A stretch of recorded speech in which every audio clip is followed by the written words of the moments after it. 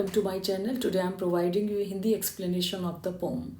So let's start with the poem. The little house was out with a little new shed in front of the edge of the road where the traffic sped. एक गांव में एक छोटा सा पुराना घर है जिसने क्या किया है, अपने आगे के हिस्से को थोड़ा सा बढ़ा लिया है और उसमें एक छोटी सी शॉप खोल दी है, थोड़ा सा शेड लगा करके in front of the edge of the road. और ये जो एक रोड के सामने किनारे पर, उसमें इसने इस दुकान को आगे बढ़ा लिया है वेयर द ट्रैफिक स्प्रेड, जहाँ से बहुत सारा ट्रैफिक गुजरता था। और road side stand the two pathetically played. जो रोड साइड स्टैंड शॉप है वो ऐसा लगता है कि जैसे बहुत ही दयनीय अवस्था में है और वो बहुत ही पिटियस वे में और रिक्वेस्ट कर रही है किससे, जो वहाँ का जो ट्रैफिक वहाँ से गुजरता है उससे, कि वो उनकी जो बहुत दयनीय स्थिति है वो उसके पर तरस खाएं और उस शॉप से वो कुछ सामान परचेज कर लें। It would not be fair to say for a dole of bread. और ये कहना उचित नहीं होगा कि ये कहा जाए कि इन्होंने ये शॉप खोल लिया है ये सिटी के लोगों से भीख मांगने के लिए है, लेकिन एक्चुअल में इन्होंने जो जो शॉप खोली है वो किसके लिए है कि उसके पास जो छोटा सा सामान है, थोड़ा सा छोटे छोटे सामान हैं जिनको बेचकर वो सिटी से आने वाले लोग जो यहाँ से गुजरते हैं उनके माध्यम से थोड़ा सा अपनी आजीविका के लिए पैसा कमा सके। But for some of the money the cash which flows suppose the flower of the cities from sinking and withering fate. कुछ जो पैसा है ये सिटी का, जो लोग इसे स्पेंड करते हैं, ये जो मनी है जब इसका फ्लो होता है सिटी में तो इसकी एक हेल्प मिलती है सिटी के लोगों को फ्लरिश करने की। और जो सिटीज़ नाम के जो फ्लावर्स हैं, मतलब जो सिटीज़ जो फ्लावर्स के समान है, वो क्या करते हैं, वो विदर होने से, मुरझाने से बच जाते हैं। मतलब ये है कि जो ये सिटीज़ के लोग हैं ये क्या करते हैं, वो दे purchase the things from their market. उन्हीं के सिटी के मार्केट से जो सामान खरीदते हैं तो इनके जो सिटी के जो मार्केट हैं वो हमेशा के लिए चलते रहते हैं और वो किसी तरीके से नुकसान नहीं पाते, कमज़ोर नहीं होते और डाउनफॉल नहीं आता। The polish traffic pass with a mind ahead. लेकिन गाँवों की स्थिति इससे अपोजिट है। वहाँ पर से जब ये रोड साइड स्टैंड जो हैं, ऐसे बहुत सारी शॉप्स हैं छोटी छोटी बना देते हैं लोग, इसी उम्मीद में शायद वो गुजरने वाला जो ट्रैफिक है इनके यहाँ से सामान खरीद लेगा। द पॉलिश्ड ट्रैफिक का मतलब है वो सो कॉल्ड रिच पीपल जो सिटी से बिलोंग करते हैं। ये रिफाइंड जो ट्रैफिक आता है past with a mind ahead, वो गुजर जाता था किससे, वहाँ से, उसकी दुकान के सामने से, क्योंकि उनका जो दिमाग है या उनको किसी एक निश्चित गंतव्य पर जाना है तो उनका ध्यान उसी ओर केंद्रित रहता था। और if ever aside a moment then out of sorts. यदि वो क्या बाई चांस यहाँ पर वो थोड़ी देर के लिए रास्ते में रुकते भी हैं किसी पल के लिए इन शॉप्स के पास में, देन आउट ऑफ सॉर्ट्स, तो वो बहुत ज़्यादा क्या होते हैं, इरिटेटेड हो जाते हैं वहाँ के आसपास के वातावरण को देख करके। At having the landscape marred with artless paint. और उनको देख करके बुरा लगता है कि जिन्होंने नोटिस बोर्ड लगा रखे हैं तो उनको लगता है कि ये इन्होंने कंट्री साइड है, जो विलेज साइड है, यहाँ से इन्होंने इसके भू दृश्य को जो क्या किया है, बर्बाद कर दिया है और उसे बहुत ही भद्दे तरीके से, जिसमें कोई निपुणता का प्रयोग नहीं किया गया। और उन्होंने जो नोटिस बोर्ड लगाया है उस पर जो एन और एस वो भी क्या हैं, वो भी टेढ़े मेढ़े हैं, वो भी सही तरीके से नहीं लिखे गए हैं। तो वो ये बताता है कि ये लोग एजुकेटेड नहीं हैं, बड़े भद्दे तरीके से लिखे गए हैं जो लोगों को अच्छे नहीं लगते। वो एक तरीके की इरिटेशन पैदा करते हैं उनके अंदर। Offered for sale wild berries in wooden carts. और जो लकड़ी के जो बास्केट हैं उनमें क्या किया गया है, उन्होंने जो सामान बेचने के रखा है उसमें जंगली बेर हैं। और फिर क्या रखा है उन्होंने, एक क्रुक नेक्ड गोल्डन स्क्वैश, और ये वेजिटेबल्स रखी हैं उन्होंने जो विद सिल्वर वॉट्स, ये जिसके पर ये है सिल्वर वॉट्स वाली जो स्क्वैश रखे हैं। और कुक्ड नेक्ड जो एक वेजिटेबल है वो उन्होंने यहाँ पर रखी है सेल के लिए, जो ये रोड साइड स्टैंड है। और beauty rest in a beautiful mountain scene. अब जो इस तरीके की चीज़ें वो प्रेजेंट करते हैं, ऑफ़र करते हैं इन सिटी वालों को, तो वो सिटी के लोग उसे पसंद नहीं करते थे और ना ही वो उनसे सामान खरीदते थे।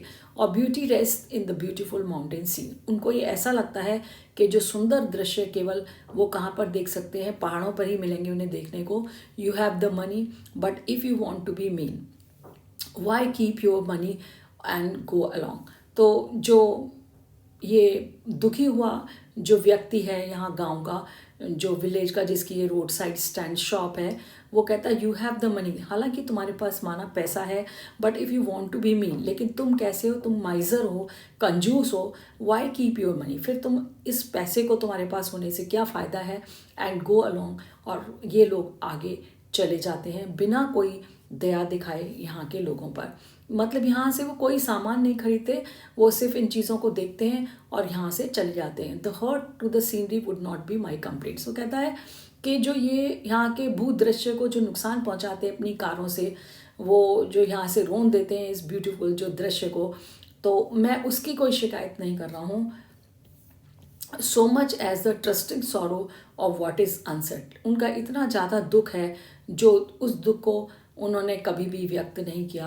Hair far from the city we make our outside road side stand.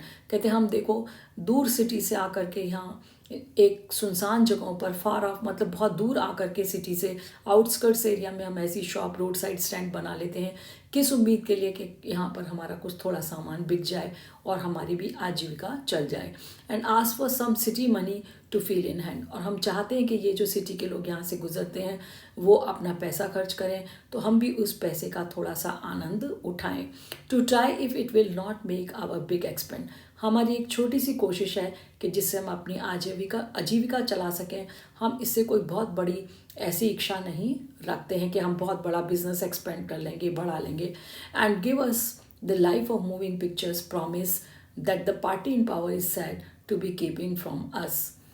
कहते हैं and give the life of moving pictures. और हमको क्या करते हैं, वो ऐसे कोरी कल्पनाओं वाली चीज़ों को दिखाते हैं और हमसे वायदा किया जाता है कि that the party in power is said. ऐसा कहा जाता है, ऐसी र्यूमर है कि जो पार्टी पावर में है, कीपिंग फ्रॉम अस, वो हमारे को यहाँ से दूर रखेंगे। किस तरीके से?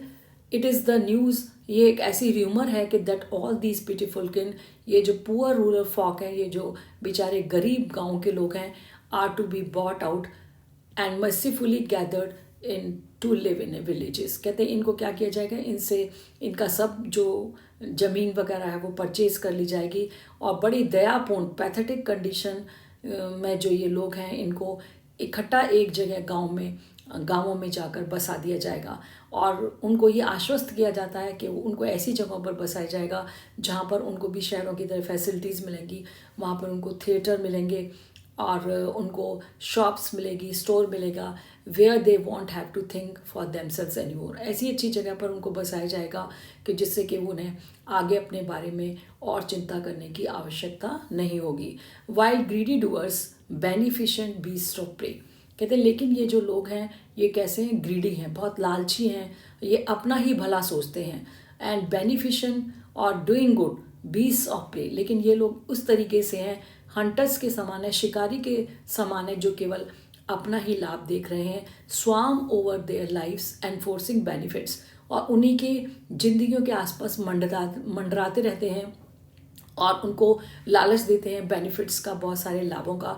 That are calculated to soothe them out of their wits. और वो इतने उन्होंने प्लान्ड तरीके से इनको योजनाओं को बनाया होता है जिसमें केवल उनका फ़ायदा होता है। इन लोगों तो केवल वो क्या करते हैं, थोड़ा सा टाइम बिंग, थोड़ा सा उन्हें ऐसी सांत्वना देते हैं और उनके जो समझ के अनुसार उन्हें ऐसा भोले इंसानों को इस तरीके से अपने जाल में फंसा लेते हैं।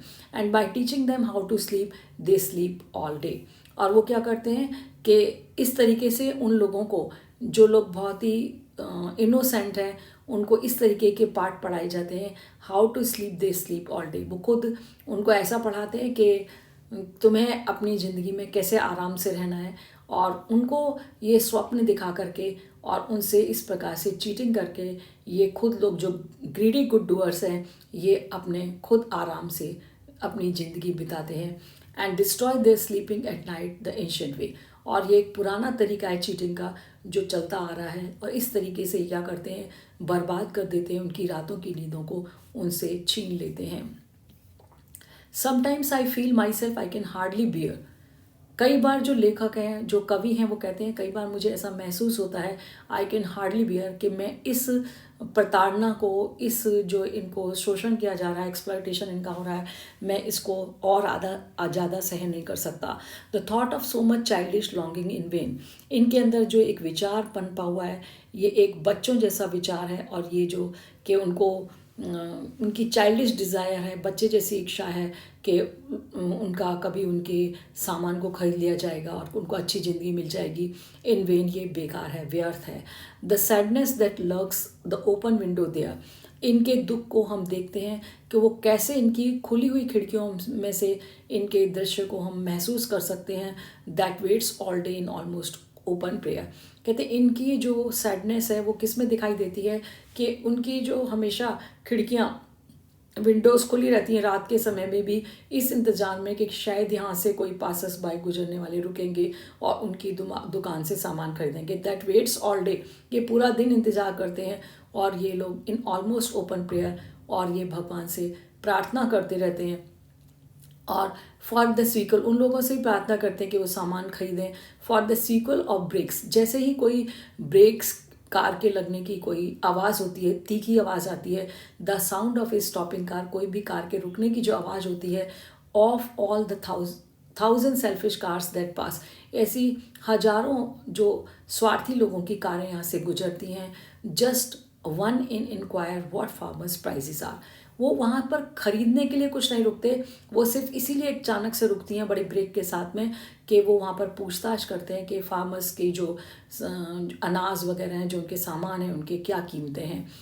एंड वन डिड स्टॉप, उनमें से एक आध कोई रुकता भी था, तो किस लिए रुकता था, but only to plough grass, केवल जो क्या करते थे, वो जो न सुंदर घास लगा रखी है उसको रोन देते थे और उसको बर्बाद कर देते थे। In using the yard to back and turn around, और उनके घर के आगे जो ओपन स्पेस है उसका वो इस्तेमाल गाड़ियाँ किस लिए करती थी, टू बैक, या तो अपनी गाड़ी को पीछे करने के लिए या उसको मोड़ करके आगे ले जाने के लिए।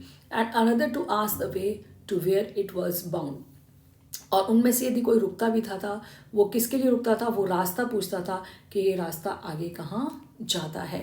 And another to ask could they sell it gallon of gas, और कई बार उनमें से कोई रुकता था तो किसके लिए कि या क्या वो गैस बेचते हैं जो इनमें गाड़ियों में भरे फिल की जाती है।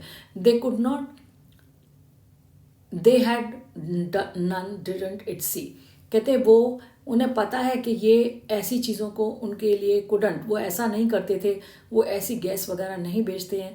दे हैड नन, उनके पास ऐसा कोई भी इंतजाम नहीं था।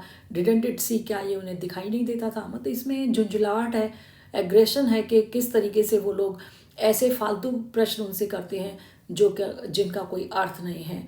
No in country money the country scale of gain, the requisite lift of spirit has never been found, कहते हैं उनको कभी भी कंट्री मनी, उनको कभी भी ये जो विलेज के लोग हैं इनको कभी भी सिटी से कोई हेल्प नहीं मिली पैसे की, उन्होंने कोई कभी सामान नहीं खरीदा।